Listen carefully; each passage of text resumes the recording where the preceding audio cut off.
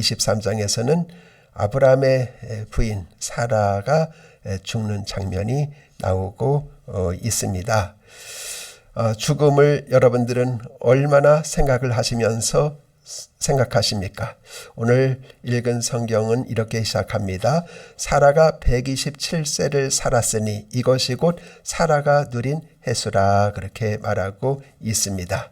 자, 사라는 127세를 살았다.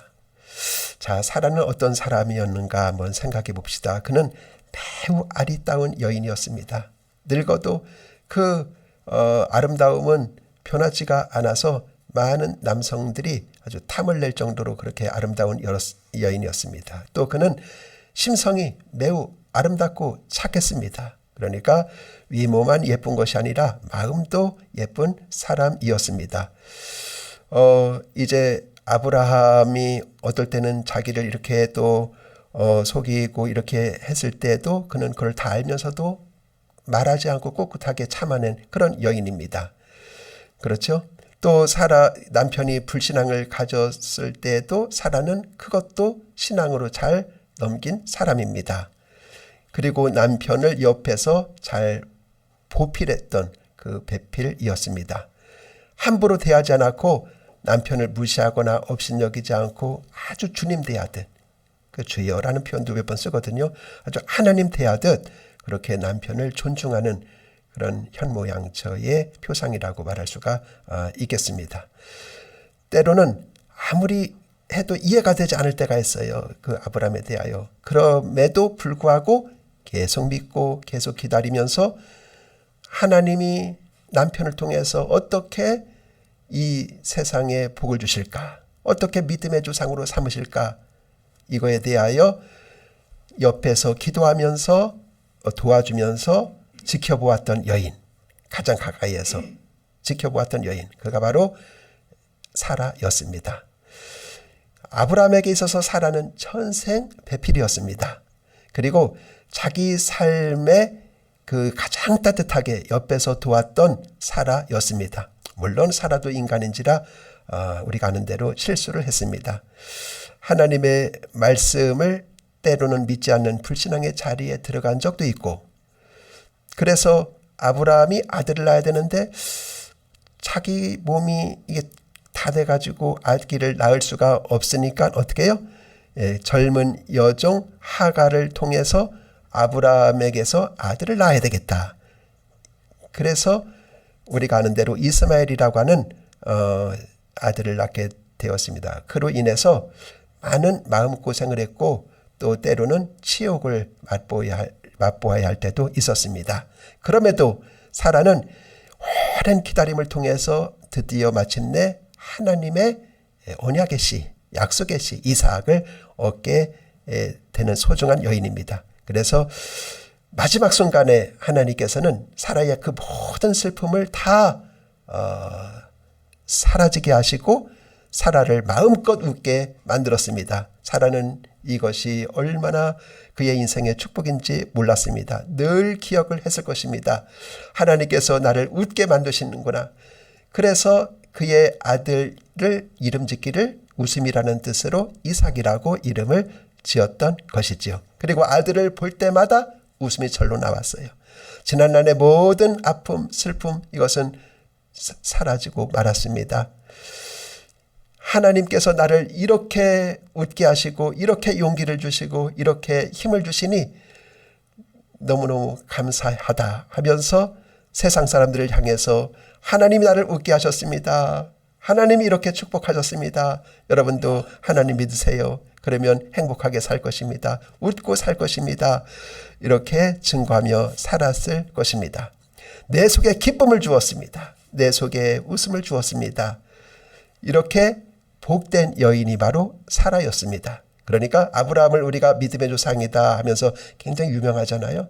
이것처럼 그의 짝이 누굽니까? 사라인 거예요. 그는 믿음의 여조상입니다.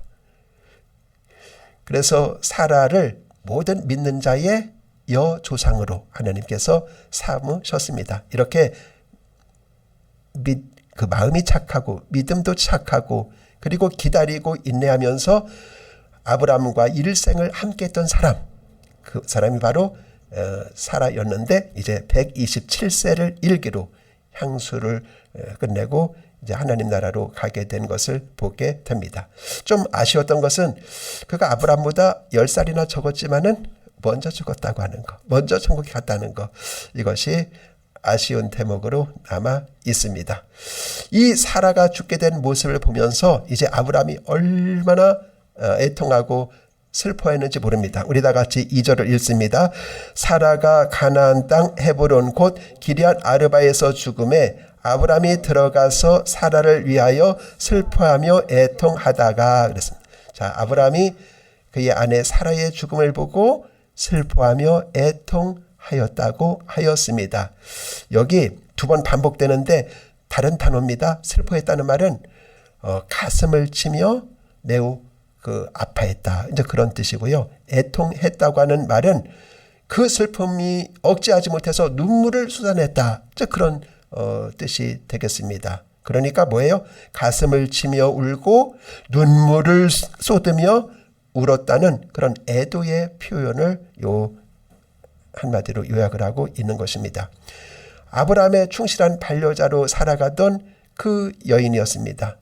아브라함이 이렇게 자기의 아내의 죽음을 놓고 슬피 우는 모습을 보게 됩니다. 우리는 태어날 때 아기는 울고 주위 사람은 기뻐했습니다. 그런데 우리가 죽을 때는 주위 사람들이 웁니다. 애통해합니다. 그런데 어떤 사람은 어때요? 저 사람 잘 죽었다. 이제 발 쭉 뻗고 잠을 자겠다. 그런 사람이 돼서는 안 되겠죠. 내가 죽었을 때 주위 사람이 참 안타까운 사람이다, 참 좋은 사람이었는데, 참 소중한 사람이었는데. 그래서 로마의 황제들은 이제 폭정을 많이 했잖아요. 자기가 죽을 때 사람들이 안 울을까봐 미리 우는 사람들을 많이 이렇게 고용했다고 합니다. 그래서 돈 줄 테니까 곡해달라 이렇게 할 정도로, 여러분 죽으면은 우는 것은 여러분 인지상정입니다. 당연한 것입니다. 그래서 우리가 꼭 기억하시기를 바랍니다. 아브라함이 사라를 위해서 매우 슬퍼하며 애통했다고 하는 것. 여러분, 여자가 이렇게 먼저 죽었는데 사실 수명은 하나님께 달려있는 거예요. 그런 믿음을 가지고 우리가 살아야 합니다. 그래서 저는 기도합니다. 제 아내보다 먼저 죽게 해주세요 라고 기도하는데, 여기는 보니까 여자가 더 먼저 죽었어요. 그것도 보통 일찍 죽은 게 아니에요. 아브라함은 175세까지 살아요. 175세.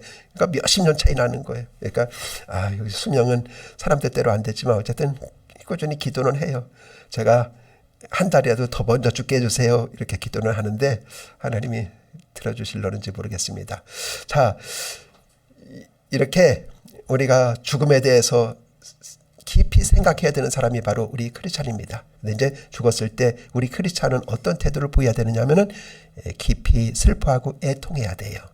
이것은 이 세상에서 가장 소중한 사람이 먼저 떠날 때 아파하고 슬퍼하는 것은 당연지사입니다. 그래서 우리가 천국에 간다고 해서 슬프지 않는 것은 결코 아닙니다. 여러분, 우리가 다시 부활의 자리에 들어간다고 해서 사랑하는 사람이 떠나갈 때 그것 때문에 금방 위로가 되는 것도 아닙니다. 어느 정도 시간이 좀 지나야지 됩니다. 그래서 사랑하는 사람이 먼저 떠나가게 되면 아파야 되는 것은 당연한 것이고 우리가 슬퍼하는 것이 매우 좋은 것입니다. 그래서 우리가 울고 싶을 때 마음껏 우시기를 바랍니다. 이게 감정의 표현인데, 예전에는 이 머리가 중요하다, 이 IQ 머리가 중요하다 그러는데 그 다음에 나온 버전이 뭐냐면 감정이 중요하다서 EQ가 나온 거예요. 그 전에는 머리만 중요하다 그랬어요. 학교마다 다 IQ 검사밖에 안 했습니다. 그러면 아니다, 이 감성이 좀 중요하다. 감성이 살아있고 또 이렇게 해야지 그 사람이 건강한 사람이다, 이렇게 하는 건데 오늘 아브라함이 그 본을 보여주고 있는 거예요. 그래서 우리가 슬플 때 그걸 다 여러분 우는 것 얼마나 좋은지 모릅니다. 아브라함은 그렇게 슬퍼서 눈물을 흘렸습니다. 그러나 이제 죽음은 죽음으로 이제는 맡겨야 되는 거예요. 그래서 이제 그는 그걸 계속 이어가는 것은 크리스찬의 합당한 태도가 아닙니다. 그래서 어느 정도 슬퍼는 해야 되겠죠. 근데 이제 우리는 이제 생을 향하여 나아가야 돼요. 우리의 삶의 목적을 향하여 나아가야 됩니다. 그래서 이제 아브라함이 보니까 그를 이제 장사해야 되는데 땅이 하나도 없는 거예요. 그 가나안 땅에 들어온 지가 지금 얼마나 오래됐습니까? 아브라함이 75세 때 왔는데 지금 아브라함의 나이가 10살 차이니까 137세예요. 그런데 땅 한 평 없었어요. 자기 아내는 장사를 지내야 되는데 땅 한 평 없고, 그렇다고 해서 남의 땅에 장사를 지낼 수도 없고, 그래서 그는 어떻게 합니까? 이제는 매장지를 사기로 이렇게 생각을 하고 매장지를 구하게 되는 것입니다. 우리 다 같이 3절 4절을 읽습니다. 시작. 그 시신 앞에서 일어나 나가서 해족속에게 말하여 이르되 나는 당신들 중에 나그네요 거류하는 자이니 당신들 중에서 내게 매장할 소유지를 주어 내가 나의 죽은 자를 내 앞에서 내어다가 장사하게 하시오. 자, 이제 여기 오늘 읽은 그 창세기 23장에는 하나님이라는 말이 한 번도 안 나와요. 그러나 이것이 하나님의 귀한 역사를 지금 아브라함이 시행하고 있다는 사실을 우리가 알게 됩니다. 그게 바로 이겁니다. 그는 여기서 이제 첫 번째로 땅을 사는 거예요. 그 매장지니까는 뭐 얼마나 크겠어요. 이제 그렇죠. 산소를 사는 거죠. 산소니까 뭐 작은 매장지를 이제 사는 것인데, 그가 먼저 이렇게 고백합니다.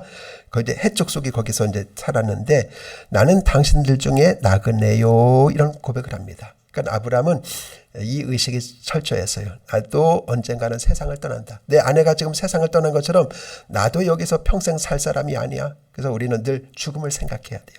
즉 우리가 세상을 떠난다는 말은 우리 인생의 주인이 하나님이라는 뜻인 거예요. 하나님 생명을 가져가시니까. 그러니까 거기서 우리 주인은 바로 하나님이시다. 그러므로 나는 나그네이다. 이 의식을 이제 아브라함이 나도 언젠가는 떠나게 된다. 이런 의식을 가지고 이런 고백을 하고 있는 것입니다. 그런데 그가 이제 나는 이제까지 목초지에서 이렇게 왔다 갔다 하는데 이래서는 안 되겠다 해가지고 거기 살고 있는 헷족속에게 가서 이제 매장지를 내가 좀 필요합니다라고 이제 요구를 하게 된 것이지요. 자, 근데 여기서 이제 헤브론입니다. 헤브론. 아브라함이 처음에 이제 그 가나안 땅에 딱 들어왔을 때 이제 그 헤브론의 정주에서 살았어요. 헤브론이 어디냐면은 그 예루살렘이죠. 여러분 이스라엘 지도를 늘 그리세요. 이렇게 우리 한국 지도처럼 이렇게 길쭉합니다. 길쭉한데 거기 수도인 예루살렘 그 중앙에 있습니다. 유대에 있습니다. 거기 바로 부근이 바로 헤브론이에요. 거기에서 이제 살다가 그가 22장에는 어디 살았냐면 맨 밑에 브엘세바 거기서 살았어요. 거기서 모리아까지 와서 3일 길 걸어서 이삭을 바치려고 온 거예요. 그 몇 킬로라고 했죠? 직선거리로 70킬로. 이제 좀 길이 꾸불꾸불하니까 한 90킬로에서 하루에 30킬로 걸었구나. 이걸 우리가 알게 되는데 그로부터 이제 세월이 이제 많이 지난 거죠. 왜냐면 아브라함이 이삭을 바칠 때의 나이가 이삭이 대강 한 16살 이렇게 잡습니다. 그러니까 지금 몇십 년 지난 거예요. 그동안에 이제 헤브론에 와서 이제 살고 있는 거예요. 왜냐면 헤브론이 어떤 땅이냐면 거기서 이제는 롯이 헤어져요. 자, 요단강 쪽을 향해서 가요, 이제. 그때 하나님이 말씀하신 거예요. 너는 동서남북을 바라보라. 보이는 땅을 다 내가 너와 내 후손에게 주리라. 이렇게 말한 장소가 헤브론이에요. 그래서 브엘세바에서 살다가 헤브론에서 하나님이 그런 약속을 하셨지 하고 헤브론으로 아마 이주한 것 같아요. 그리고 이제 거기에서 사라가 죽은 거예요. 헤브론에서. 그래서 이제 헤브론에서 헷족속, 이제 헷족속이 가나안 원주민 살고 있었는데 그들에게 이제 요청을 이제 하는 장면이 지금 나오고 있는 거예요. 그래서 나는 나그네 있지만은 당신들 중에서 내게 매장할 소유지를 주어서 나의 죽은 자를 장사하게 하시오라고 요구하는 것을 보게 됩니다. 그래서 아브라함은 뭐 부자였어요. 재산도 많았어요. 네, 그 재산을 가지고 이제 사겠다라고 이제 이야기를 하신 것이죠. 근데 여기 23장의 특징은 하나님이라는 말이 한 번도 안 나왔다고 그랬죠. 근데 하나님이 이미 아브라함에게 주신 그런 지혜와 총명과 명철과 영감과 이런 것들을 가지고 지금 이런 일을 추진하고 있는 것을 보게 됩니다. 그러니까 하나님을 떠나서 하는 것이 아니라 하나님이 마치 말씀하신 것처럼 그 전에 여기를 다 주신다고 했지. 그럼 이건 내 땅이네. 그럼 야금야금 사야 되겠다. 이런 생각을 한 거예요. 그래서 처음으로 산 것이 그 무덤 자리를 사게 되었다라고 하는 겁니다. 우리도 마찬가지입니다. 이 땅 살 동안에 하나님이 우리에게 주신 것이 있어요. 이게 창조의 은총이다 그러죠. 창조하시면서 우리에게 지혜도 주시고 건강도 주시고 재능도 주시고 이런 거를 잘 활용을 해서 하나님의 뜻을 이루어 나가는 것이 우리들이 되어야만 합니다. 지금 아브라함은 그것을 하고 있는 것을 보게 됩니다. 그래서 여러분 한 주간 살 때도 하나님이 내게 주신 것들 이런 것들을 10분 활용해서 이게 달란트라고 그러거든요. 이게 달란트를 맡겼다 그러잖아요. 이걸 활용해서 여러분 하나님께 영광을 돌리고 많은 사람을 이롭게 하고 또 자기가 또 이렇게 기쁘고 만족하고 그런 삶을 우리가 살아가야 되는 것이지요. 그래서 하나님이 내게 주신 건가 뭔가 이거를 한번 생각해 보시기를 바랍니다. 내가 움직여야 돼요. 움직이지 않으면 안 돼요. 내가 움직일 때 하나님이 그걸 통해서 축복해 주시는 것입니다. 자, 이렇게 죽었는데 남의 땅에다가 묻는 것이 무슨 소용이 있겠는가 해가지고 이제 매장지를 사게 된 것이지요. 그래서 해쪽 속에게 나아가서 내가 나그네인 거 당신들이 아는데 내 아내의 매장지를 주세요라고 요구했습니다. 그러자 이제 5절 6절을 다 같이 읽습니다. 시작. 해쪽 속이 아브라함에게 대답하여 이르되 내 주여 들으소서 당신은 우리 가운데 있는 하나님이 세우신 지도자이시니 우리 묘실 중에서 좋은 것을 택하여 당신의 죽은 자를 장사하소서. 우리 중에서 자기 묘실에 당신의 죽은 자 장사함을 금할 자가 없으리다. 이렇게 아브라함이 요구했을 때 그들의 반응이 여기에 나와 있어요. 뭡니까? 당신은 우리 가운데 하나님이 세우신 지도자이시니 그랬어요. 아브라함이 거기서 어떻게 살았는가를 이 한마디로 다 알 수 있는 거예요. 이 한마디로 그들은 아브라함을 어떻게 했어요? 매우 존중하고 사랑하고 인정하고 신뢰하는 그런 사람이었습니다. 그러니까 우리가 이 땅 살면서 사람들로부터 인정을 신뢰를 받으며 산다는 것 이게 얼마나 중요한지 모릅니다. 그래서 당신은 거류민이고 나그네인 것은 틀림없지만은 하나님이 당신과 함께 하십니다. 하나님이 도우십니다. 당신은 우리 가운데 지도자입니다 하고 사람들에게 인정을 받고 있습니다. 우리도 이 세상에 살 때 여러분 남을 존중할 줄 알고 그리고 나의 역할을 잘 감당하고 또 내게 맡겨진 일은 우리가 진실되게 잘 마치고 그러면 저 사람은 정말 믿어도 되는 사람이구나. 참 진실한 사람이구나. 정직하고 성실하고 착한 사람이구나. 이렇게 사람들이 인정하는 그런 삶을 살아야 하는 것입니다. 이제 우리가 이 시간 와서 예배 드리고 말씀 듣고 찬상 듣고 거기에 맞게 우리의 생활 속에서는 산 예배. 여기는 공예배, 공식 예배고 나가면 살아있는 생활 예배를 드려야 되는데 과연 여러분들은 생활 예배 어떻게 드리는가 한번 생각해 보시기를 바랍니다. 그래서 세쪽 속은 생활 예배를 본 거예요. 공예배는 못 봤지만 생활 예배, 산 예배를 본 거예요. 당신은 정말 하나님이 세우신 우리 가운데는 지도자입니다 하고 인정을 하게 되는 것을 보게 돼요. 그러면서 이 땅을 마음껏 쓰세요. 당신의 쓰고 싶은 데가 또 양이 얼마입니까? 마음껏 쓰세요. 이렇게 후하게 이야기를 하는 모습을 보게 됩니다. 얼마나 좋아요. 근데 아브라함은 아닙니다 하고 이제 거절을 하는 것을 보게 됩니다. 무슨 말이에요? 내가 공짜로 쓸 수는 없습니다. 내가 반드시 살 겁니다. 그래서 등기를 내 앞으로 할 것입니다.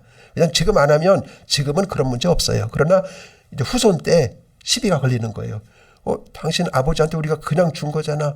등기는 너희들한테 없지 우리한테 있잖아 하면서 시비가 걸리면 그게 또 몇천 년 내려올 수가 있는 거예요. 그거를 차단하기 위해서 아브라함이 아닙니다. 내가 사겠습니다. 그게 얼마입니까? 이렇게 이야기를 하는 것을 봅니다. 매우 신중하고 지혜로운 모습이 아닐 수가 없습니다. 그래서 그럼 얼마입니까? 그러니까 거기 헤브론 땅이잖아요. 근데 거기 에브론, 사람 이름이 에브론이 아마 헤브론에서 좀 유력한 자가 아닌가 이렇게 생각하는데 에브론이 그건 저기는 굴 말하는 거죠.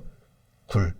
그 이스라엘은 장례 치를 때 우리처럼 이렇게 흙을 파가지고 묻고 본붕하고 그것이 아니라 이제 굴입니다. 굴. 그래서 굴에다가 이렇게 또 칼을 만듭니다. 거기다가 시신을 넣는 거예요. 거기다.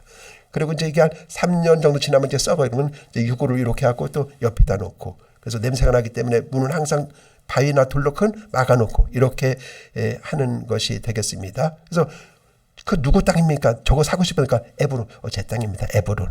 그래서 얼마입니까? 그러니까 한 400세겔은 되지만은 400세겔은 엄청 비싼 돈이에요. 왜냐하면 그 다윗이 성전 터를 갖다가 사는데 50세겔 줬어요. 성전 터를 사는데. 그러니까 400세겔이니까 얼마나 비싼 돈이에요. 그것도 시간적으로 더 거슬러 옛날로 올라가는 건데, 그러니까 비싼 돈 주고 산 거예요. 근데 그들이 처음에는 안 받으려고 했지만은 그냥 모든 사람들이 보는 앞에서 공증하는 거. 내가 이거 샀습니다. 이거 소유가 내 겁니다. 하면서 이렇게 지금 말하면 이제 등기를 확실하게 이전하는 그런 아브라함의 지혜로운 모습을, 신중한 모습을 보게 됩니다. 그래서 거기다가 이제 장사를 치르게 되는 거예요. 그래서 아브라함은 믿은 거예요. 하나님이 내게 다 이거 주시기로 했지, 가나안 땅을. 그래서 이게 다 우리 후손들의 땅이야. 그러므로 내가 먼저 사야 돼 하고 이제 거기 했는데, 거기 누가 나중에 묻힙니까? 이제 지금 사라가 묻혀요. 그다음에 아브라함도 거기 묻혀요.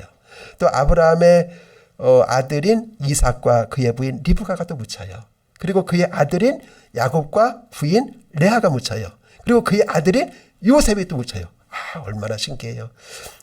저기 야곱이나 그 요셉은 애굽에서 죽어요. 나중에 애굽에 내려가잖아요. 요셉이 총리될 때 거기 내려가서 거기서 죽는데 야곱이 유언해요. 나를 죽거든 저 가나안 땅 막 뺄라고 그랬다 장사해다오. 그래서 요셉이 국무총리잖아요. 거기서 많은 신하들을 이끌고 와서 거기서 장례를 치르는 거 얼마나 성대했는지 모릅니다. 요셉은 거기서 죽었어요. 400년이 지났어요. 요셉에도 유언합니다. 여기서 출애굽할 때 내 유골을 가져다가 거기다가 묻어주세요. 그래서 400년 후에 그 유언이 그대로 지켜집니다. 그들이 급하게 출애굽하잖아요. 그때 요셉의 유골을 가져다가 같이 출애굽하는 거예요. 그래서 거기다가 붓는 거예요. 이거를 미리 볼 수 있는 눈이 바로 아브라함에게 있었던 거예요. 그래서 거기를 은 400세겔을 주고 이제 샀던 모습을 이제 보게 되는 것입니다. 그래서 이 아브라함 같은 믿음의 눈이 바로 우리에게도 있어야 하는 것입니다. 그래서 내가 사랑하는 아내, 내가 사랑하는 남편, 또 아직 살아있을 때 그러므로 우리는 사랑해. 죽은 시신 보면은요 매우 차갑다 그래요. 근데 살아있는 사람은 36.5도이잖아요. 이렇게 따뜻할 때 우리가 서로 사랑하다가 우리가 본향 천국에 갈 때 당신이 내 남편이 되어서 고마웠어. 당신이 내 아내가 되어서 고마웠어. 하면서 우리가 천국으로 환송할 수 있다면 얼마나 보람된 삶인지 모르는 것입니다. 그렇죠? 요한 번연이 기록한 그 철로 역정이라는 아주 성경 다음으로 베스트셀러가 있습니다. 거기 보면 이제 주인공이 항상 있잖아요. 거기 기독도죠. 크리스찬 한 명, 그 사람 이제 기독도가 주인공이에요. 그가 이제 이 세상에서 이제 천국을 향해서 계속 순례길, 필그림, 순례길을 이제 가는데 얼마나 많은 사람들을 만나겠어요. 그렇죠? 좋은 사람도 있고, 안 좋은 사람도 있고, 믿을 사람도 있고, 못 믿을 사람도 있고, 은혜 받은 사람도 있고, 배신한 사람도 있고, 얼마나 많은 사람들을 만났습니까? 그가 이제 그 죽음의 강을 향하여 계속 여정이 목표를 향해서 나아가고 이제 있는 것입니다. 자, 이제 기독교가 마지막 강 앞에, 죽음의 강 앞에 섰을 때 뒤를 돌아보니까 자기를 따라온 사람은 아무도 없었어요. 그전에는 이런 사람 저런 사람 막 좋은 사람 안 좋은 사람이 있었는데 죽음의 강 앞에 보니까 아무도 없어요. 근데 한 사람이 있었어요. 그러면 희망이라는 사람, 소망이라는 사람이 자기 그 뒤에서 이제 소리를 지르는 거예요. 그래서 이 소망 씨가 죽음의 강에 이제 발을 딱 디디는 순간 얼마나 두려웠는지 불안했는지 모릅니다. 이 미지의 강, 누구도 건너가고 이렇게 얘기해 주는 것이 없는 미지의 강, 그리고 자기도 이미 경험해 본 적이 한 번도 없는 그 강, 이 강을 건너가면서 얼마나 불안하고 두려운 마음을 가졌겠습니까? 자기에게 있어서는 새로운 경험, 죽음이라고 하는 그런 경험, 이 죽음의 강을 건너가면서 불안하고 두려웠을 때 그 희망씨가 뒤에서 소리 지르는 거예요. 뭐라고 소리 지르는가? 생각보다 그 강은 그렇게 깊지 않습니다. 그리고 걱정하지 마세요. 생각보다 두려워할 일이 결코 아닙니다. 그리고 강 저편을 바라보세요. 저편에서 당신을 기다리고 있는 저 천사들이 보이지 않나요? 환영의 행렬을 보세요. 이렇게 하나님은 영광스러운 것을 준비하시고 기다리고 있으니까 힘을 내시고 그 강은 깊지 않고 손을 조금만 뻘치면 일어나고 건너갈 수 있다고 소리를 지릅니다. 드디어 기독교가 그 저편을 향해서 발을 내딛는 순간 천국에서는 천사들의 빵빠레, 얼마나 아름다운지 몰라요. 빵빠레가 쫙 울려 퍼지고, 그리고 하나님의 그 찬란한 빛이 자기를 향해서 확 비춰오고, 그때 그 소망씨가 얘기합니다. 샬롬, 축하합니다. 하나님의 평강이 늘 당신과 함께 하시기를 바랍니다. 이게 여러분 우리 인생이라고 하는 거예요. 이 믿음의 여정이라고 하는 것입니다. 그렇습니다. 우리도 이 세상을 끝나면 다 여러분 거기 가게 될 겁니다. 그래서 여기 하나 생각할 것은 그 사라가 이제 127살하는데 그 전에 22장은 몇 살이에요? 그때가? 그는 나이는 안 나왔지만은 그 사라가 등장한 거, 거기는 사라가 안 등장해요. 등장한 게 뭐냐면 이삭이 젖될 때, 그때 한번 딱 등장하고 이제는 등장 안 해요. 그게 한 3살 때 저주됐다 그렇게 생각하면 사라의 나이가 93세입니다. 90에 아기 낳고 93부터 127세까지 34년간 등장하지 않습니다. 그리고 죽을 때 딱 등장한 거예요. 그래서 제가 생각해 봤어요. 그게 무슨 의미가 있나. 아기를 낳았어요. 젖을 뗐어요. 그것까지는 의미가 있잖아요. 근데 그동안 등장하지 않았어요. 근데 놀란 거 발견했어요. 뭐냐면 그로부터 한 3년 있다가 이삭이 결혼해요. 이삭이 아브라함이 종을 보내가지고 이제 리브가를 만나서 결혼하게 되는데 아주 중요한 대목입니다. 이삭이 자기의 부인을 사라의 장막으로 같이 들어가면서 사라의 죽음을 통해서 위로를 얻었더라. 그런 말이 있어요. 자기의 부인을 얻음으로 사라가 죽었기 때문에 무척 애통했는데 위로를 받았다. 그러니까 사라가 살아있을 동안에 계속 사라의 위로를 받으면서 이삭이 살았다는 것이 바로 전제가 되는 거예요. 그러므로 여러분들이 살아있는 것이 복이에요. 자녀들에게 위로가 되고 복인 거예요. 죽으면 누가 위로해 줍니까? 여러분 건강하게 잘 사시면서 자녀들을 축복하고 위에서 기도하고 위에서 위로해 주고 이렇게 해서 하나님께 나아가는 그날 하나님 앞에서 빵빠레가 여러분을 향해서 울려 퍼지고 얼마나 귀하고 신나는지 모릅니다. 그래서 죽음을 늘 생각하며 하나님이 언제 불러도 나는 갈 수 있다. 이런 마음을 가지고 살아야 돼요. 그렇죠? 하나님이 언제 불러도 나는 갈 수 있다. 오늘까지만 일 수도 있다. 이런 마음을 가지고 살아가는 사람이 바로 우리 크리스찬입니다. 그렇게 삶을 여러분들이 잘 이렇게 하루하루를 믿음으로 살아요. 수명은 어쨌든 내게 달린 것이 아니에요. 나는 내일 어떻게 될지를 몰라요. 그러니까 하나님께 다 맡기고 하나님 오늘 살아가는 동안에 어떻게 하라고요? 시험에 들지 않게 해주세요. 시험 뭐예요? 죄 짓지 않게 해주세요. 죄가 있으면 나의 죄를 용서해 주세요. 다 없애고 또 죄 짓지 않게 이렇게 깨끗한 마음으로 깨끗한 심령으로 하나님을 향하여 살다가 천국 가는 거, 또 자녀들을 위해서 사랑하고 화목하고 축복하면서 살다 천국 가는 게 이것이 기독교입니다. 오늘 이 사라의 장례와 또 이 매장지를 준비하는 이 과정을 통해서 우리는 그런 것들을 생각하게 됩니다. 여러분의 앞날에 하나님의 축복이 함께 하시기를 주님의 이름으로